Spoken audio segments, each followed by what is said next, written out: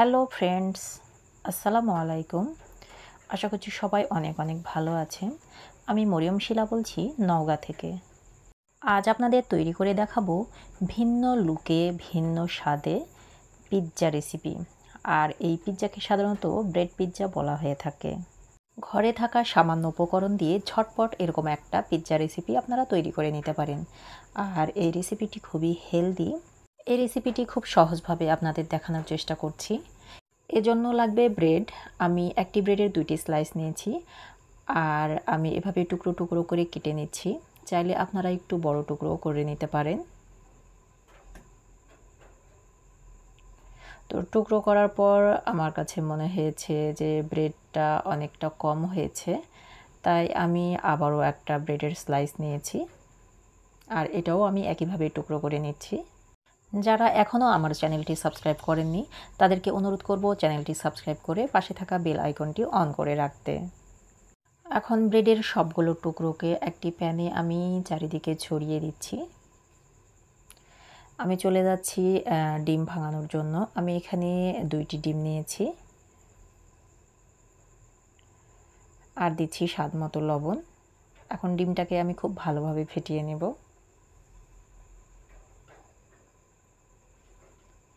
দিচ্ছি 1 টেবিল চামচের একটু কম চিলি ফ্লেক্স।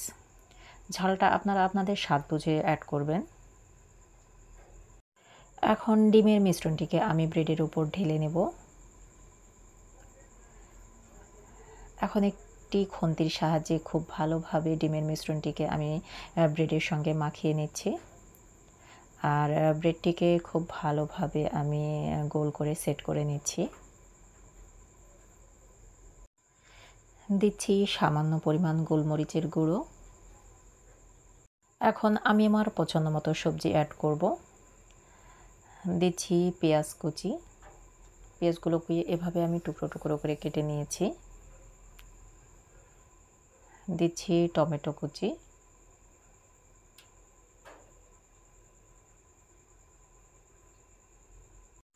দিচ্ছি বরবটি কুচি। তবে আপনারা চাইলে মটরশুঁটি বা যে কোনো প্রয়োজনীয় সবজি আপনারা দিতে পারেন। আর সেই সাথে দিয়ে দিচ্ছি গাজর কুচি। সেক্ষেত্রে গাজরটিকে অনেক পাতলা করে কাটতে হবে, তাছাড়া গাজর সেদ্ধ হবে না। আর দিচ্ছি কাঁচামরিচ কুচি। এখন খুন্তির সাহায্যে চেপে চেপে খুব ভালোভাবে এটাকে আমি সেট করে নেব। দিচ্ছি চিজের 2টি স্লাইস আর সেই সাথে দিয়ে দিচ্ছি মজরেলা চিজ। আমি চিজটিকে গ্রেটারের সাহায্যে খুব মিহি করে কুচি করে নিয়েছি।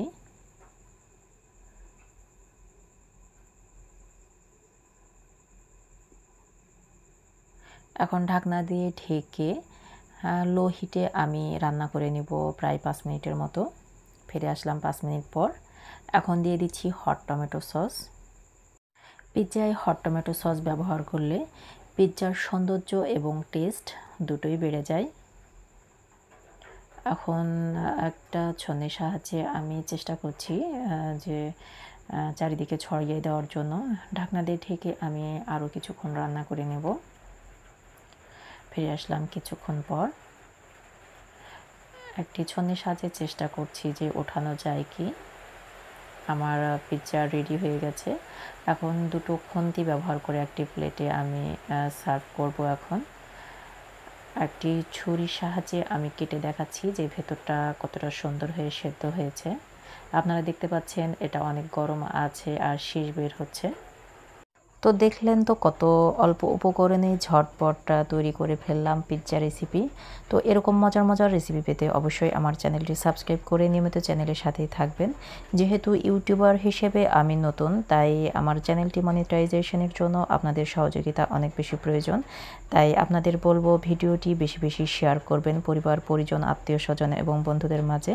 নতুন কোনো রেসিপি দেখার আমন্ত্রণ জানিয়ে আজকের মতো বিদায় নিচ্ছি। সবাই অনেক অনেক বেশি ভালো থাকবেন আর আমার জন্য দোয়া করবেন।